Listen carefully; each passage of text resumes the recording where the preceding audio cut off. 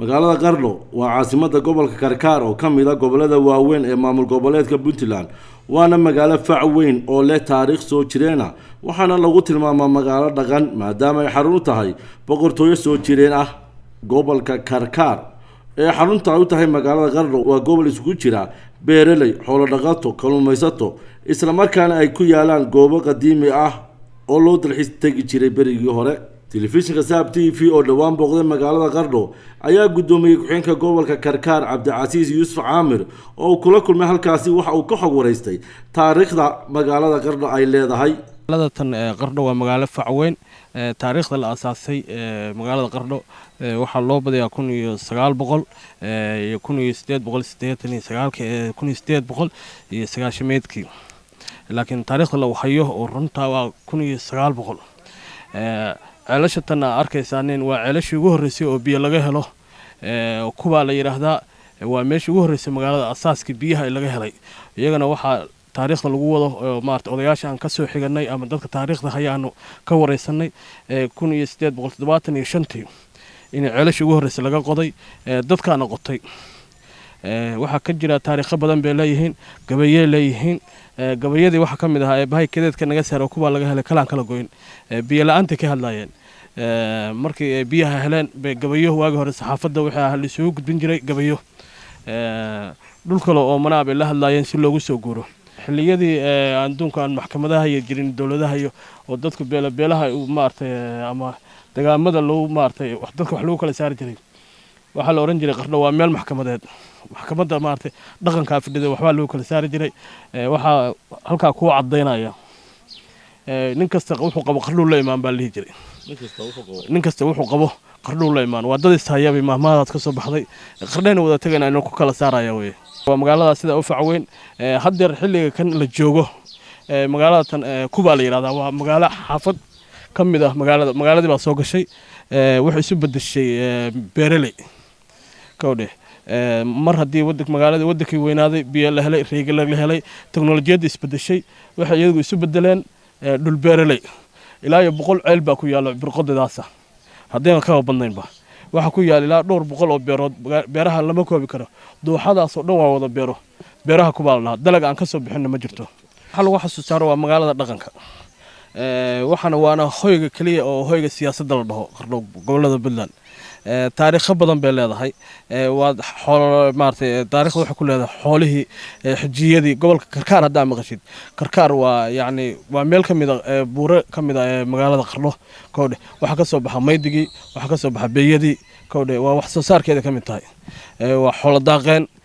waa magaaladii dhaqanka oo boqortooyada ka soo jeedaan boqortooyada waa fadhiday magaalada Qardho waxa ku yaala god weyn oo loo yaqaan halalow kaasoo ay bulshada deegaankaasi ka bixin jirtay hadallo kala duwan kuna tilmaami jirtay in goobtaasi ay tahay dekad jinku wax kala soo dago waxna ka dhoofiyo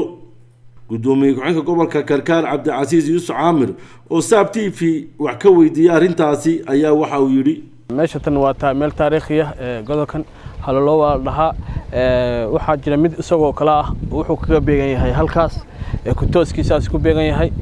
isagana hayboqan baa dhaha halalow iyo hayboqan baa la kala dhaha waa laba meelood labadaas meelood baa lagu magac daray waa dooxadan gobolkan waa god taariikhi ah sidaan taariikhaha ka soo gaarnaa ama odayaashan ka wareysano marba waxa la dhigi jiray junuud baa deganayd oo waxa la arki jiray iftiin ka baxa dooyo maraakiib xoolo ka degaya sawaxan taariikh 82 markaan maartay aabahay baa aniga iga sheekeeyay 82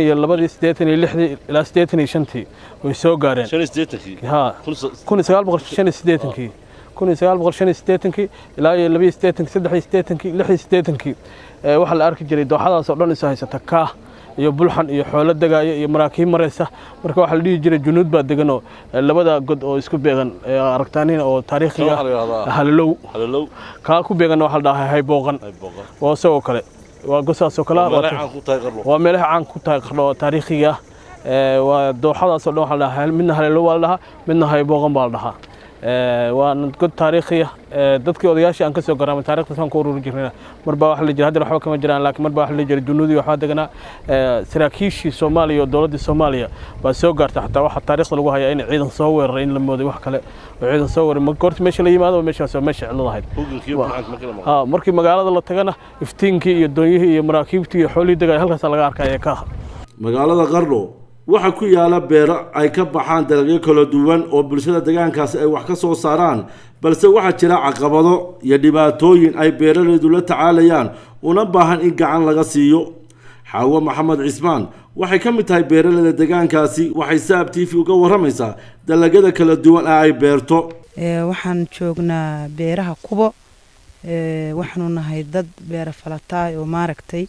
xilligii badanaa roobku naga daaho ma heli karo sababtoo ah biyaha nagu yar aduu muddo laga gaaro ilaa 3 bilood baan waxaanu ku waraabsanaa biyahaas dabiiciga ah Ilaahayna siiyay marka waxaan beeraa yaanyo barbarooni basbaas kabsar koosto waxaan ka bixin basal wadanka male waa ka baxa aan ka baradha ka ahayn waxa weeye marka xoogaa ciriiri waxa nagu ah biyaha oo aan u baahanahay inaanu helo matooro wax qabad fiican leh hadaanu helayno matooro helayno koonfur wax uga baahaneen meesha la yiraahdo Itoobiya wax ma dirsaneen waxayagaanu ku filaan lahayn baahidayada dhulkaanu kala soo bixi lahayn hantidayadu dhulka bay gali lahayd dhul kale u baxaysa laakiin ma haysano wax naga caawiya sida cagafta matoorada waaweyn oo biyaha soo saari kara shaqaalaha oo xataa marna la ka caawin karo hadaanu biyo helo macal shaqaalaha iyaga anaga isku filaan lahayn wadanka iyagana waxbaan soo gelin lahayn laakiin waxaan u baahanahay cagafyo soolaro markii biyo soo maraan sidaanu ceelasheeda wala cabno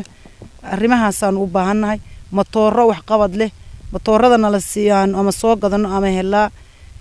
country boolashka iyo kan wuxuu yahay tuuga adigu labadaasaan helaa meeshaan marka dib badan ayaa naga soo gaartay ilaa 9 qof baa naga dhintay 9 nin baa naga dhintay waxaana keenaya matoorkii loogu tala galay meel hawaa 10 mitir inuu korkeeda saaraado baa 15 bartankii intii la qoday la dhigay ninku markuu soo daaro naqaska qabsanaya ceelku hore ugu dhacaya dhibtaasna waa naga haystaa